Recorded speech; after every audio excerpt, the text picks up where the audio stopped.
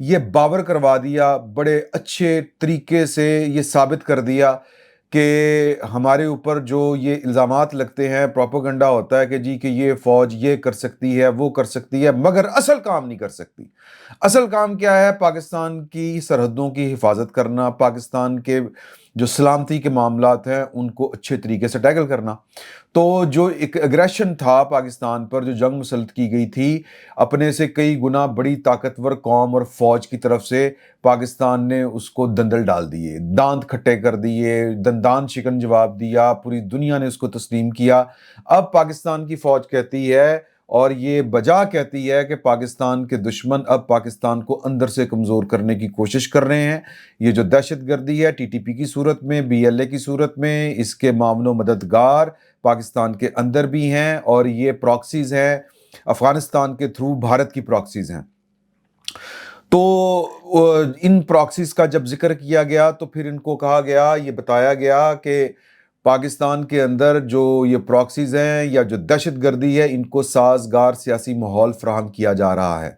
یہ سازگار سیاسی ماحول پاکستان تحریک انصاف کے کھاتے میں آ رہا ہے کہ وہ یہ فراہم کر رہی ہے۔ اس کا مطلب یہ ہے کہ پاکستان کی فوج، پاکستان کی اسٹیبلشمنٹ، پاکستان کی حکومت بھی،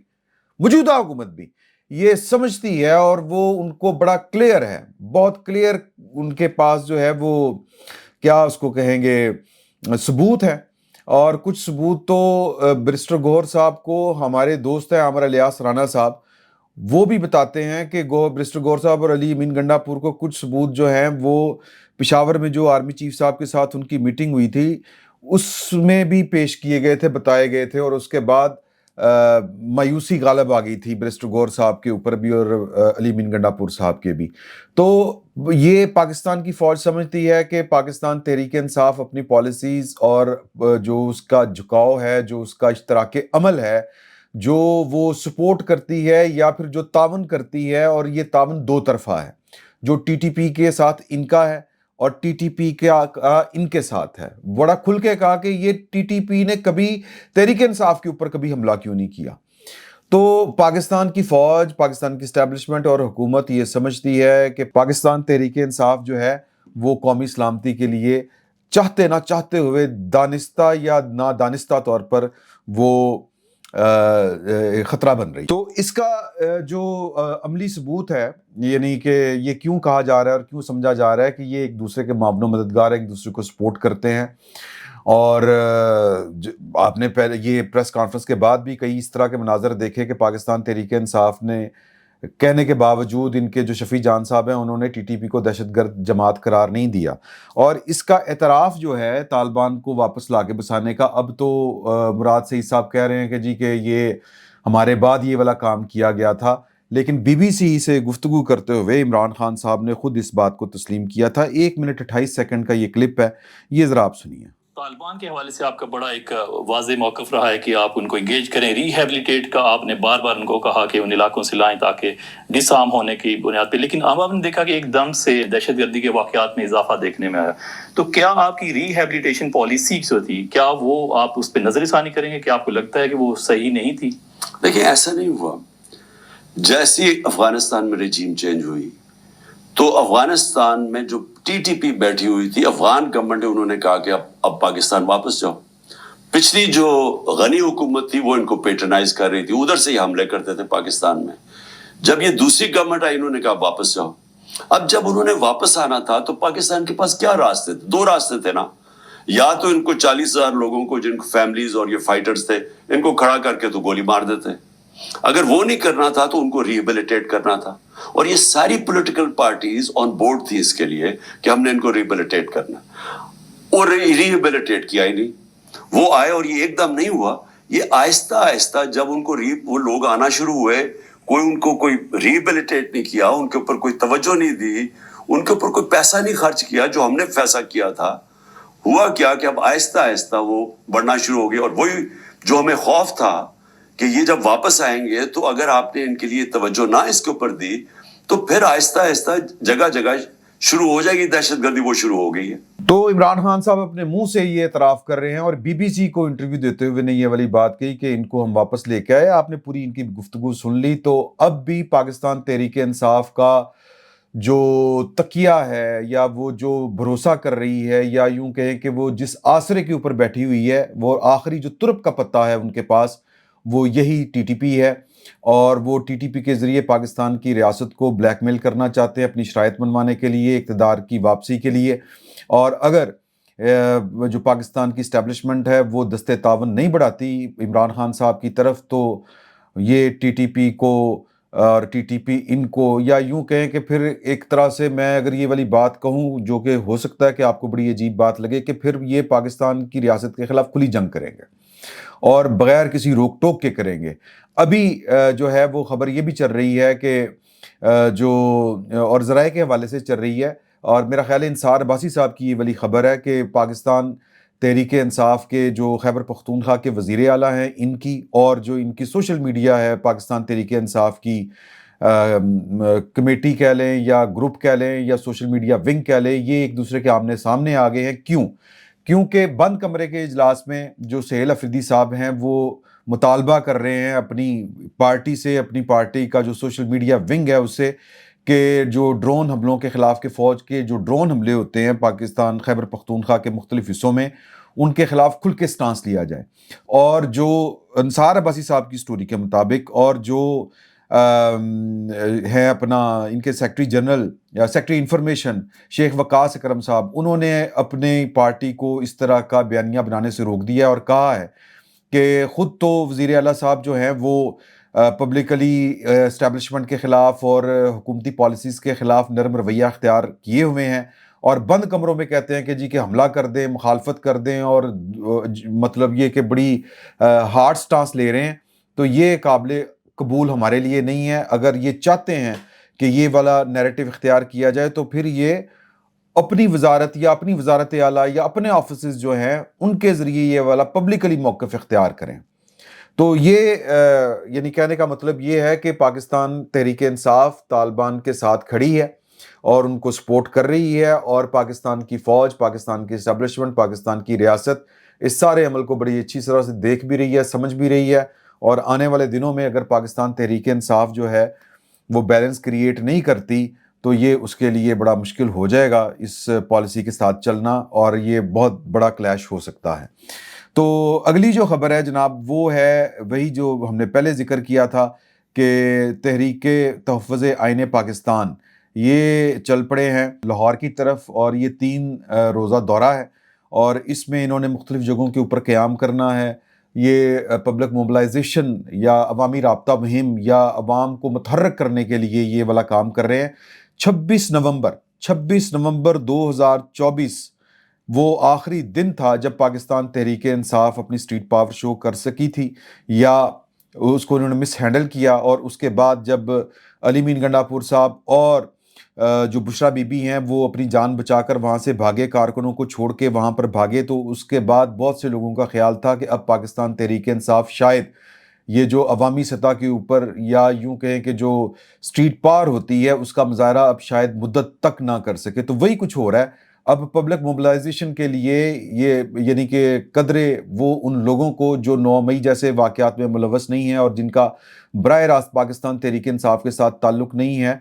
یعنی کہ محمود خان اچکزئی صاحب, علامہ ناصر عباس صاحب, ان کا سہارا لیا جا رہا ہے. اور وہ اپنی سیاست کو چمکانے کے لیے, ظاہر ہے کہ وہ قومی درجے کے سیاستدان نہیں ہیں, ان کا ووٹ پنجاب میں بالکل نہیں ہے, ان کا ووٹ سندھ میں بالکل نہیں ہے,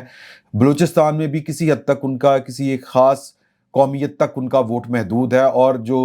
علامہ راجہ ناصر عباس صاحب ہیں وہ ایک اسکول آف تھاٹ کے, ایک مکتبہ فکر کے ایک رہنما ہیں, اور وہ بھی پاکستان میں بہت تھوڑی تعداد میں ہے. تو ان دونوں کا درجہ جو ہے وہ ایک عوامی اور قومی لیڈر والا نہیں ہے, لیکن اس کے باوجود ڈوبتے کو تنکے کا سہارا.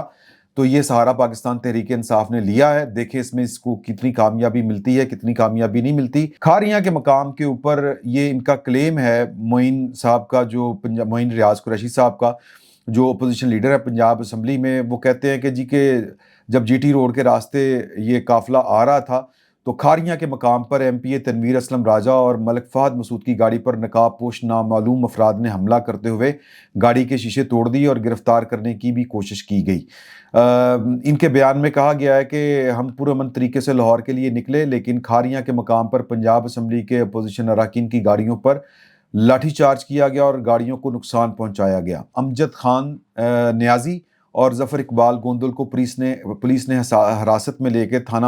سٹی جیل میں منتقل کر دیا ہے۔ اب یہ لاہور میں آ کے ان کی ایکٹیویٹی کیا ہوگی؟ پنجاب اسمبلی میں جائیں گے، یہاں پر کچھ لیڈروں سے ملیں گے، موبلائز کرنے کی کوشش کریں گے۔ کیا وہ کوشش کر پاتے ہیں یا نہیں کر پاتے؟ یا کوشش تو خیر وہ کریں گے، کتنی کارگر ثابت ہوتی ہے یا ثابت نہیں ہوتی ہے آنے والا وقت بتائے گا۔ ایک خبر یہ بھی ہے کہ جو پی ٹی آئی کا وفد ہے وہ ملاقات کرنے جا رہا ہے اسپیکر قومی اسمبلی جناب سردار ایاز صادق صاحب سے، اور اس وفد میں سلمان اکرم راجہ صاحب، بیرسٹر گور صاحب اس کو لیڈ کریں گے۔ سلمان اکرم راجہ صاحب ہوں گے، اسد کیسر صاحب ہوں گے، جنید اکبر صاحب ہوں گے، اور بھی کچھ افراد ان کے ہوں گے۔ اور اس کا جو سول ایجنڈا ہے وہ یہ کہ یہ محمود خان اچکزئی صاحب کی بطور اپوزیشن لیڈر تقرری کا نوٹیفیکیشن جاری کروانا چاہتے ہیں، اور جو کہ مشکل ہو رہا ہے۔ اصولی طور کے اوپر ہو جانا چاہیے، لیکن ظاہر ہے کہ ذرا مشکل کام ہے۔ ہر بندہ، یہ ٹٹ فار ٹیٹ کی سیاست چل رہی ہے، ہر بندہ اپنا سکور سیٹل کرنا چاہتا ہے۔ اور ایک اطلاع یہ ہے کہ نواز شریف صاحب بھی جو ہیں وہ نہیں چاہتے، وہ ناخوش ہیں محمود خان اچکزئی صاحب کے ساتھ بھی۔ ان کا بڑا اچھا تعلق تھا، لیکن محمود خان اچکزئی صاحب نے وقت کے ساتھ ہی آنکھیں بدلیں، اور قومی اسمبلی کے اندر انہوں نے مطلب میاں نواز شریف صاحب اور شہباز شریف صاحب کے اوپر بھی بے جا تنقید کی، بقول جو شخص سے یوں کہہ لے، جو ذرائع بتا رہے ہیں کہ نواز شریف صاحب کو اس کا بڑا رنج تھا، اور کچھ لوگ کہہ رہے ہیں کہ جی نواز شریف صاحب نے کہا کہ ان کا نوٹیفیکیشن جاری کریں، صادق صاحب کو بلا کے انہوں نے ذرا چاڑ چم کی ہے، باز پرس کی ہے، گوشمالی کی ہے۔ اس طرح کی کوئی بات نہیں بتائی جا رہی۔ جو رپورٹس آ رہی ہیں وہ یہی ہیں کہ انہوں نے یہ مطلب ایسی کوئی بات نہیں ہے، مطلب یہ کہ ان کی نوڈ نہیں ہے کہ ان کو فوری طور کے اوپر اپوزیشن لیڈر جو ہے وہ نامزد کیا جائے۔ تو دیکھیں کیا ہوتا ہے۔ لیکن دوسری طرف جو ہے حکومت یا جو اسپیکر اسمبلی ہیں وہ سمجھ رہے ہیں کہ یہ شاید مذاکرات کی بحالی کے لیے آئیں گے، تو مذاکرات کی بحالی کے لیے وہ ان کے آنے کا کوئی ارادہ نہیں، جو خبریں موصول ہو رہی ہیں۔ اگلی خبر جو ہے وہ ہے جناب مریم نواز صاحبہ نے مختلف بلکہ تقریباً 70,000 رپورٹ کیا جا رہا ہے کہ مساجد کے ائمہ کرام جو ہیں ان کو 25,000 روپے ماہانہ دینے کا جو فیصلہ کیا تھا، یہ اس سلسلے میں ایک تقریب تھی، اس سے انہوں نے خطاب کیا اور انہوں نے بتایا کہ 80,000 مساجد ہیں، جن میں سے 70,000 مساجد کے ائمہ کی طرف سے درخواستیں موصول ہوئیں۔ کئی مساجد کے وہ کہتی ہیں کہ جو ائمہ کرام ہیں انہوں نے بتایا کہ ان کو صرف خرچے کے لیے 5,000 روپیہ مسجد کمیٹیوں کی طرف سے ملتا ہے، اور اب وہ کہتے ہیں کہ ہم نے 25,000 روپے سے بھی کوئی گزارا تو نہیں ہوتا، لیکن یہ ایک تھوڑا سا ایک خدمت ہے، ایک افزانہ ہے، ایک اعزازیہ ہے، اور یہ اس سے تھوڑی سی ان کی زندگی میں سہولت آئے گی۔ اور انہوں نے اپریشیٹ کیا جو ائمہ کرام کا کردار ہے، اور انہوں نے کہا کہ یہ رہنمائی کرتے ہیں قوم کی بھی، ہماری بھی، اور جب ان حکومت اور ائمہ کرام کی درمیان جو کوارڈینیشن ہے اس میں کوئی خلل آتا ہے تو پھر سوسائٹی کے اندر ایک بگاڑ پیدا ہوتا ہے۔ اور ان کا کہنا تھا کہ کئی لوگوں نے مذہب کے نام پر فتنے کو فروغ دیا، انہوں نے ہمارے پرامن معاشرے کو تار تار کیا، رینجرز اور پولیس کے جوانوں کو شہید کیا گیا۔ ریاست اپنے شہداء کے خون کا ضرور حساب لے گی، ریاست لوگوں کی زندگیوں کو محفوظ بنانے کی ذمہ داری بھرپور طریقے سے ادا کرے گی، اور ملک اور قوم کے جان و مال سلامتی کے ساتھ کھلواڑ کرنے کی اجازت کبھی نہیں دیں گی۔ اور انہوں نے یہ بھی ویسے ذکر کیا کہ قانون کے اوپر عمل درآمد کرواتے ہوئے مجھے اندازہ ہے کہ جو ٹریفک قوانین ہیں اس پر لوگ ناخوش ہیں، لیکن اس سے مجھے کوئی فائدہ نہیں ہے اور کسی کو بھی کوئی فائدہ نہیں، ماں سوائے ان کے جو سڑک کے اوپر ہوتے ہیں، ان کی زندگیاں محفوظ ہوتی ہیں، اور ہیلمٹ نہ پہننے کی وجہ سے، ون وے کی خلاف ورزی کی وجہ سے کم عمری میں چلان ہو رہے ہیں۔ اور اس سے میں نے جس طرح پہلے آپ کو بتایا، انہوں نے کہا کہ کسی کی ذات کو، میری ذات کو اور کسی کی بھی ذات کو فائدہ نہیں ہے، بلکہ یہ ان ماؤں کے بچے جو سڑکوں پہ ہوتے ہیں، ان ماؤں کے لیے یہ فیصلہ ہے کہ ان کی زندگیاں رہیں، سلامت رہیں، اور وہ اپنی ماں باپ کی آنکھوں کی ٹھنڈک ہیں، اور وہ زندہ رہیں، سلامت رہیں۔ محفوظ رہیں اور اس کے لیے یہ کام کر رہے ہیں۔ اس سارے عمل میں جو مریم بی بی نے بات کی نا جی کہ کچھ لوگوں نے مذہبی منافرت کو بطور ہتھیار استعمال کیا، اس طرح کا کرکس میں آپ کو بتا رہا ہوں، انہوں نے جو گفتگو کی، یہ ان کا اشارہ غالباً ٹی ایل پی کی طرف ہے۔ اور جب سے ٹی ایل پی کے خلاف کریک ڈاؤن ہوا ہے اور پھر ٹی ایل پی کو کن لوگوں نے اپنے مقاصد کے لیے استعمال کیا، ظاہر ہے یہ بات بتانے والی نہیں ہے، یہ سب کو پتہ ہے، اور انہی قوتوں نے اور انہی استعمال کرنے والوں نے اب فیصلہ یہ کیا ہے کہ اب ریاست کو اس طرح کے سہاروں کی نہ ضرورت ہے اور نہ ریاست کو اس طرح کے کام کرنے چاہیے۔ تو اس لیے یہ ٹی ایل پی کے خلاف جو کریک ڈاؤن ہوا تھا اس کے بعد جو مینجمنٹ ہے، یا یوں کہیں کہ جو ڈیمیج کنٹرول کرنا ہوتا ہے، یا پھر یہ کہ چیزیں کوئی زیادہ ہاتھ سے نہ نکلیں، خراب نہ ہوں، اس کے لیے ضروری ہے یا سمجھا گیا کہ ائمہ کرام کو انگیج کیا جائے۔ اور جب آپ کے ہاں مالی آسودگی آتی ہے تو بہت سے جو معاملات ہوتے ہیں جو ادھر ادھر ہو رہے ہوتے ہیں، ڈی ٹریک ہو رہے ہوتے ہیں، وہ ٹھیک ہو جاتے ہیں۔ تو یہ پالیسی لے کے پنجاب حکومت چل رہی ہے اور امید ہے کہ اس کا جو ہے وہ بہتر رزلٹ نکلے گا۔ تو ابھی تک یہ خبریں تھیں جی، مزید خبروں تک انشاءاللہ آپ کی خدمت میں دوبارہ حاضر ہوں گے، اور تب تک کے لیے اجازت چاہتے ہیں۔ اللہ حافظ۔